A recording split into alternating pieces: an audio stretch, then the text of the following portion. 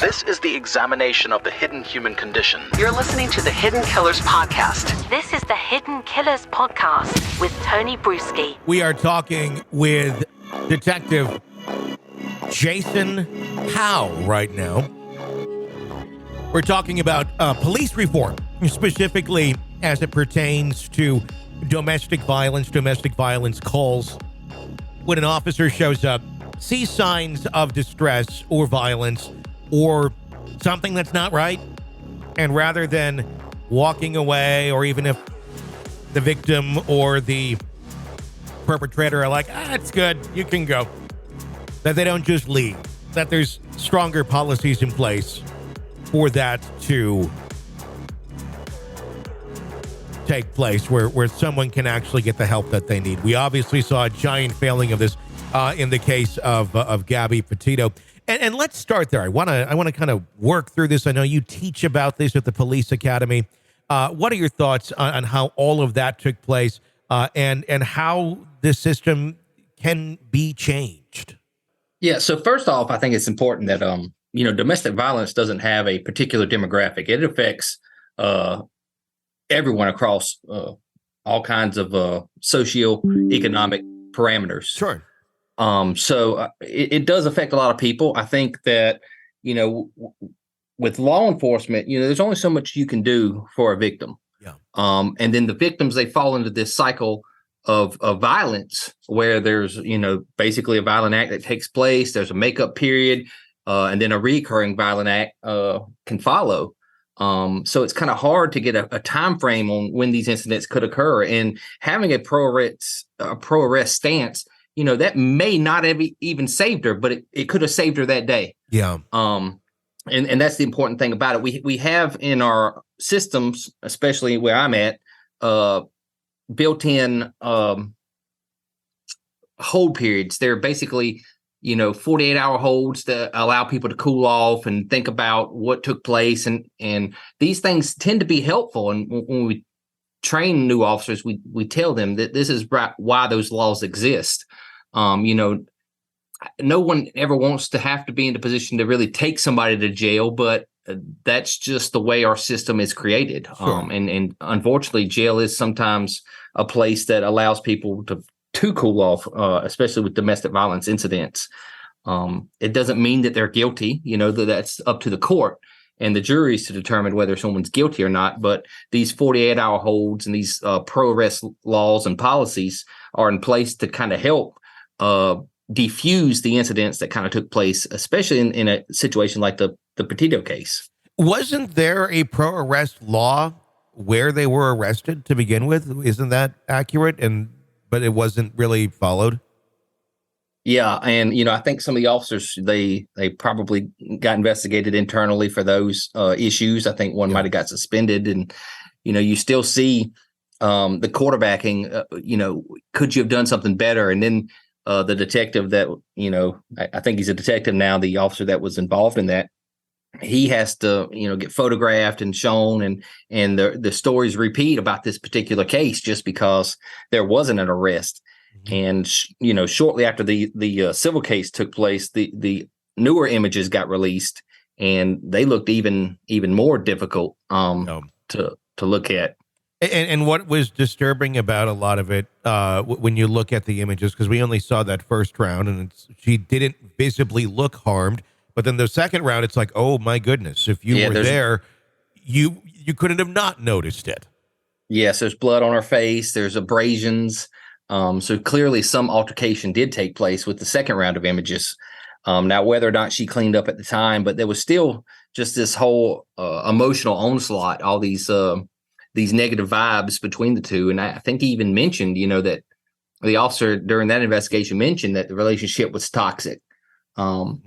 So there were indicators that were present that probably showed that these two parties probably needed to be separated, and it would probably be separated longer than the 12 hours or however long they were separated. Now, with something like this, are they required to make an arrest even if the victim, in this case Gabby Petito, is saying no, he's fine, I started it, or whatever the victim's going to say to try and get the officers out of there so their significant other doesn't get in trouble for what they've done to them. Is it required for them to say, yeah, please take them away? Or can they stop the arrest if they say, no, we're good? So not necessarily required. There is some discretion that takes place in every decision law enforcement officers make. I think the biggest issue is to look at what your department policy requires. And there are several agencies that do have a pro-arrest stance when it comes to particularly domestic violence incidents. Some jurisdictions do have laws that are mandatory arrest laws. Speaking of where I'm at, we have one particularly when a domestic violence order is in place and that order is violated, then the officers there are required to make an arrest. But that's once the domestic violence order has been taken out and served on the defendant and they violate it. But when it comes to the actual domestic assault itself, if there's no order in place, the officers do have some discretion. But again, there are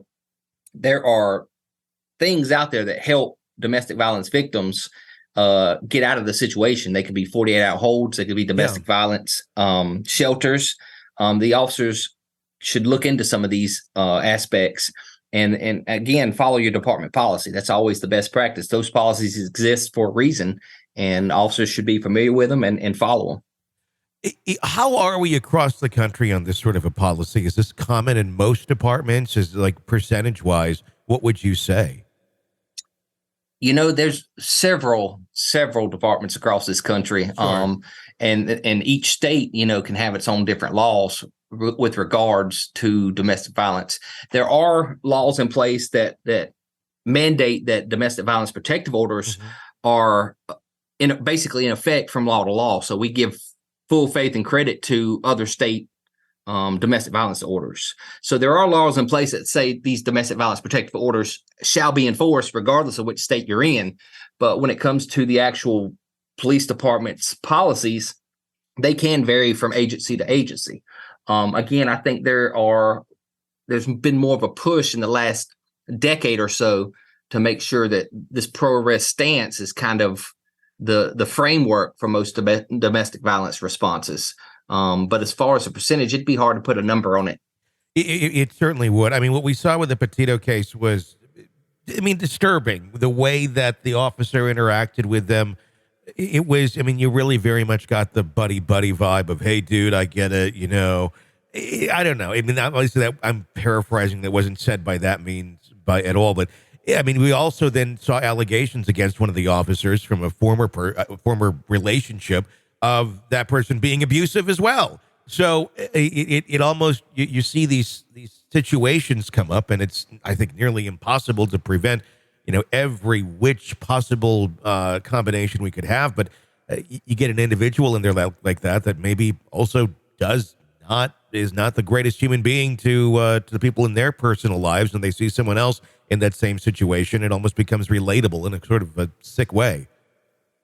Correct. And again, as I mentioned in the very beginning, there is no specific demographic that domestic violence falls into. It affects everyone. It affects law enforcement officers. This is something we've had to deal with. Not to mention the stress involved in the job and everything else. We have higher suicide rates than the general public, and we also have issues with domestic violence, unfortunately. Sure. So it's just something that affects a number of people, and it's really, we have to find a way to break that cycle of violence. And removing the victim from the offender's presence is a good way to start. Definitely. Without a doubt. What about accountability, though, for officers who don't heed the rules, who don't heed the, like in this case, like the law was in place, they didn't really do anything about it, and now they've kind of moved on and they're still doing their job somewhere else. In other, facets of society, in other careers one would go down, you make some sort of massive mistake that ends up with someone losing their life, you're probably not going to stay in that field very much longer, or be allowed to stay in that field very much longer. Obviously, police officers put their lives on the line every single day when they're doing their jobs. But at the same point, mistakes can be made. But there's also just blatant ignoring of facts of situations where horrible things happen, but we don't all that often see a whole lot of accountability. We see a lot of hush hush. We're not going to talk about this outside of the department, and one's going to protect the other's back. And to the public, it looks horrible. And I would say most of the public, they want to like the police. I miss the days of, we call it officer friendly when I was a kid. But now you just see this constant villainizing. Some of it called for, a lot of it not. There's certainly bad apples in everything. But what to me always stands out is the let's go and still protect and hide these individuals within departments that are not good apples. Like, they just shouldn't be there. And then it ends up tainting everyone who is just trying to do their job and do the right thing. I mean, that does seem to be a big issue from a PR standpoint on the outside on how these sort of things are viewed. Yeah, and a lot of that focus is also the focus of police reform laws that are going on across America. Mm-hmm. Even in my jurisdiction, we're talking about opening up public databases that allow you to search for the officer's name to see if they've had any disciplinary actions, more emphasis on Brady lists when it comes to officers and their accountability and their truthfulness when they're conducting themselves in the profession of law enforcement. So there are some reforms taking place to kind of prohibit some of this agency hopping as it is from where officers go from one agency to another because of some kind of misconduct or the fact that they're not a very good officer to start with. A lot of that comes back to training, your field training process and also the officer's knowledge of their own departmental policies. I think departments are really good when it comes to some accountability as far as they have policies in place for internal affairs investigations. No one wants to be quarterbacked and have every small mistake turn into a career-ending mistake. But there are lives at stake when some of the decisions that we have to make. They're important decisions, and you have to kind of have a good grasp of how this job works and what your policies are. This is an examination of the hidden human condition. This is the Hidden Killers Podcast. The Hidden Killers Podcast. With Tony Bruschi. Jason Howe, detective, thank you so much for your insight on that. I have a few more questions, and we'll have another segment continuing this conversation in just a bit. Be sure to press subscribe wherever you download podcasts so you don't miss that. It is on the way. My name's Tony Bruschi. Stay with us.